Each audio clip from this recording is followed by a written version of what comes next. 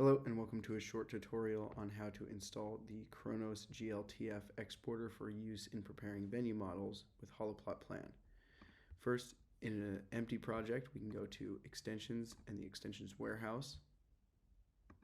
In the search bar, I can type in glTF exporter or export. Both will navigate to a page like this.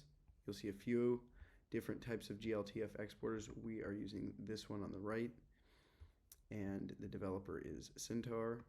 We're going to install it. If you get this extension warning, that may be because you are on Apple Silicon. In any case, you can click yes, click OK, and the window should close automatically.